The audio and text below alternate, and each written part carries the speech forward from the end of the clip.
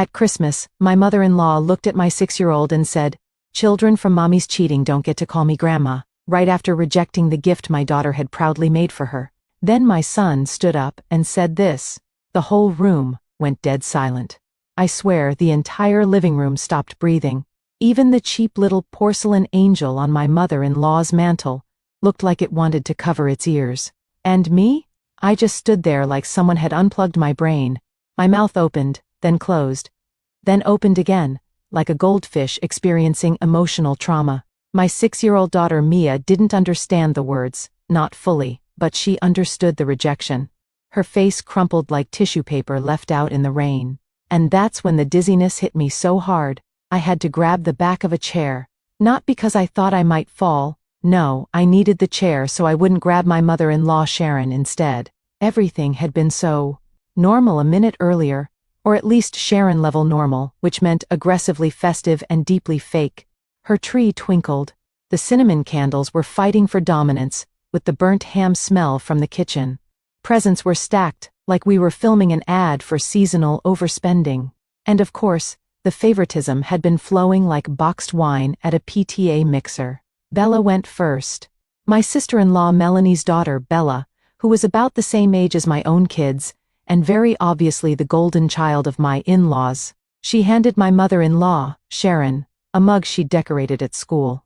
A lumpy, glitter-encrusted thing that looked like it needed immediate hospitalization. Sharon shrieked like she'd been handed the Holy Grail and immediately swept Bella into her arms, while my father-in-law, Lawrence, clapped like an animatronic grandfather programmed for enthusiasm. Then my older son, Noah, handed over his gift, a simple drawing of him and Sharon sledding.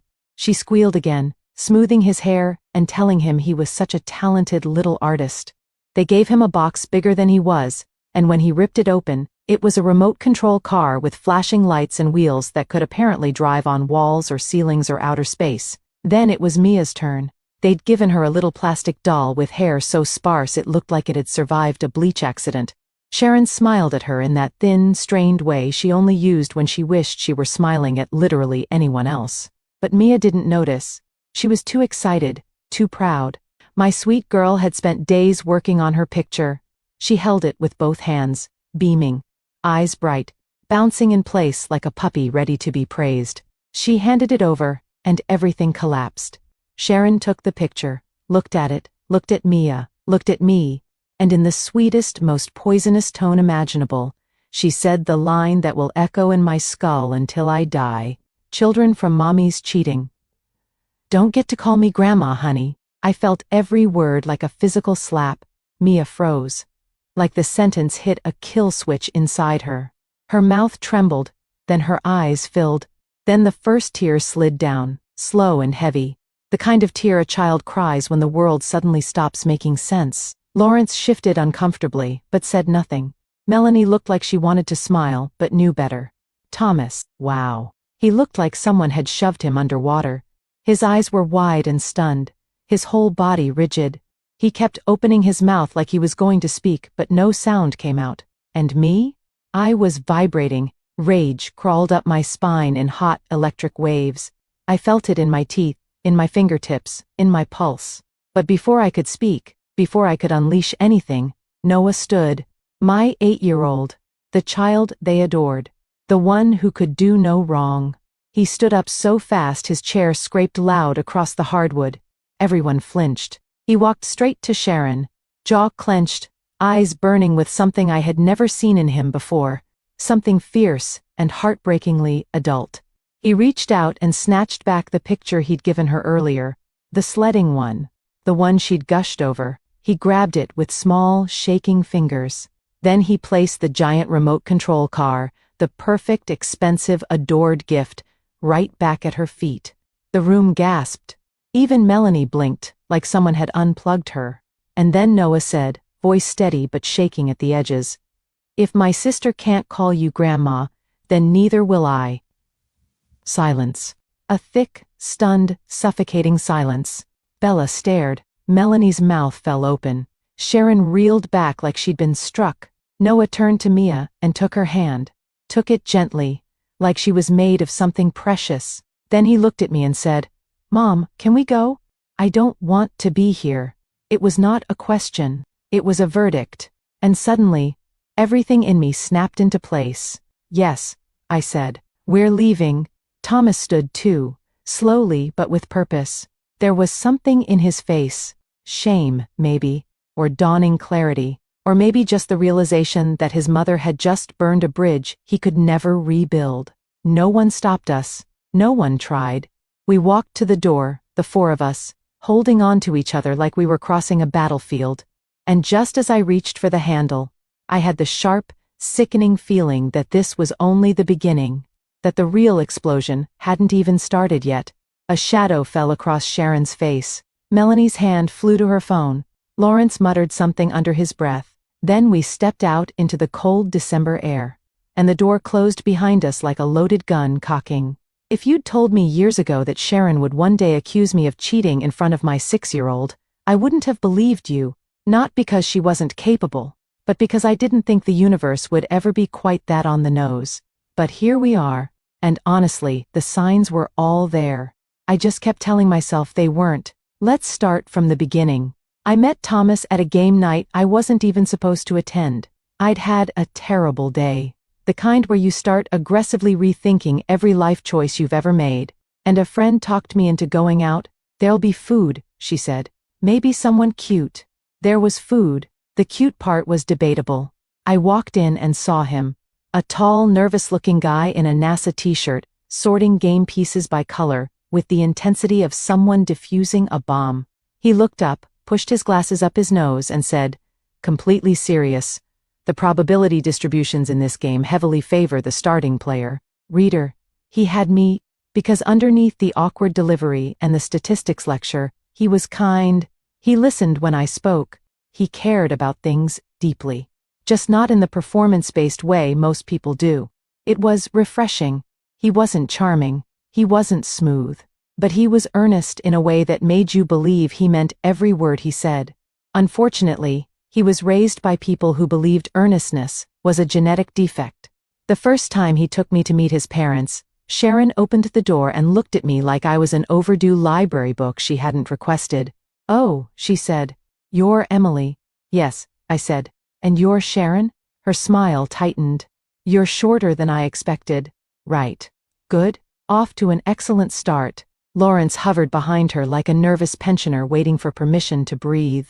He shook my hand with all the confidence of a man who'd been trained to never initiate a thought. Inside, the house was a shrine to Thomas's academic excellence. Every wall had baby to PhD photos, like they were documenting the evolution of an award-winning lab specimen. That dinner? One long interrogation, disguised as polite conversation. "What do your parents do? What are you studying? Do you cook? Are you good with money?" Thomas is very special, you know. He needs the right kind of wife. Under the table, Thomas squeezed my knee as if to say, "I know, just endure." I endured, barely. What I didn't know yet was that I was also auditioning to compete with his family for his wallet. I found out he was helping them financially completely by accident. One day early in our relationship, I walked past his laptop and saw a bank tab open. I wasn't snooping. My peripheral vision was simply doing its job. There it was, a recurring payment to his parents' mortgage company. "Why are you paying their mortgage?" I asked. "Because subtlety is not a skill I possess." He jumped. "It's not. I mean, they just need a little help." "Thomas," I said, "you're a grad student. You're one lab accident away from eating cereal for dinner." "I have a scholarship," he protested. "And the lab pays. And they really appreciate it." Spoiler. They did not. Then I noticed another line. A transfer to Melanie. "Why are you paying your sister? She's between jobs." Melanie is always between jobs. It's her natural habitat. I didn't fight it then. I told myself it was his money, his family, his choice. I also told myself it was temporary, which was adorable in hindsight. Fast forward. Thomas finishes his master's, enters a PhD program, works 70-hour weeks for the salary of a middle school babysitter, and still sends money home like he's sponsoring 2 ungrateful contestants on a game show. Then he gets a well-paid job in applied science, and I think, finally, breathing room. Instead, the requests escalate. Bella's special programs, Melanie's new degree, their parents' home repairs, a temporary monthly contribution that somehow lasts 3 years. Every time I brought it up, Thomas looked like I was asking him to abandon a wounded puppy. They need help, he'd say.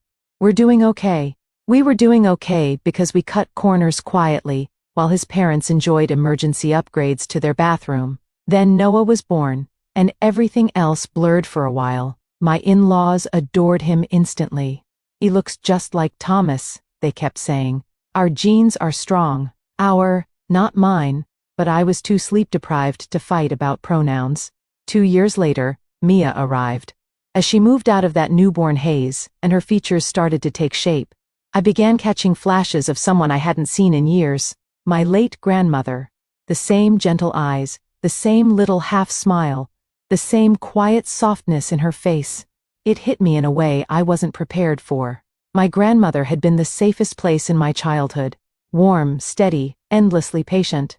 Seeing pieces of her in Mia felt like getting a little bit of her back. When my mother-in-law first saw Mia, she frowned. She doesn't look like Noah. She looks like my grandmother, I said. Oh, she replied, like I'd told her the baby was part alien. Well, hopefully she grows into the family. Like shoes? Or debt? Then, the joke started. Are you sure she's his? We're just teasing. Relax. It's just funny. Noah is Mini Thomas, and Mia is... I don't know where she came from. She looks like my grandmother, I said. Again, and again, and again. They squinted at the photos, shrugged, and kept implying I'd somehow recreated my grandmother using the mailman's DNA. As Mia got older, so did the cruelty. Little comments at birthdays, whispered snipes at family dinners. She really doesn't look like our side. You might have to tell her the truth someday. The favoritism grew too. Noah got the big gifts, the praise, the special outings. Mia got the bargain bin afterthought every time. She noticed. She always noticed. Once, Noah got a cupcake with a superhero topper and twice the frosting. Mia got the sad economy version. Noah calmly transferred half his frosting to her plate and gave her the superhero. There, he said. Better. I had to pretend to look at my phone so I wouldn't cry in public. I tried telling Thomas. It's not intentional, he said. Intentional or not, my daughter was learning she was less in that house. And on Christmas, she learned exactly how less Sharon thought she was. So yes, when Sharon shoved Mia's picture back at her and said, "Children from mommy's cheating don't get to call me grandma," I wasn't shocked, but I was done. And I had no idea the detonation she triggered was only the beginning. By the time we got home from Christmas, I thought I was emotionally tapped out. Turns out, I was wrong. I tucked Noah and Mia into our bed with a movie because I couldn't bear the thought of them being more than 6 feet away from me. Then I walked down the hall, fully expecting to find Thomas pacing, spiraling, or silently imploding. Instead, I found him sitting at his desk, still in his coat, lit up by the cold glow of the monitor, clicking buttons like he was dismantling a bomb. "Thomas?" I said carefully. "What are you doing?" He didn't even look up. "Fixing something," which is exactly the tone a man uses right before he does something irreversible. I stepped behind him. My heartbeat did this dramatic, oh no no no percussion solo. His bank account was open. Recurring payments, transfers, auto payments. I knew nothing about. Tabs with labels like mortgage contribution and Melanie monthly, and next to each one, cancel, cancel, cancel. One click, another click. Another artery cut. Wait. I grabbed the back of his chair. Are you canceling everything? Yes. That was it. One word. A guillotine of a syllable. You mean, your parents' mortgage? Your sister's stuff? Bella's. All of it. He still wasn't looking at me. His jaw was locked, shoulders stiff, like he'd been carved out of cold stone. My brain was frantically flipping through every version of Thomas I had ever known. Gentle, conflict-avoidant, apologetic Thomas. And none of them matched the man sitting here deleting payment methods, like they owed him money. This is sudden, I said, which was the understatement of the decade. He exhaled, finally leaning back in his chair. Not relaxed, just done. You know what hit me tonight? He said, voice low. Thank you for watching.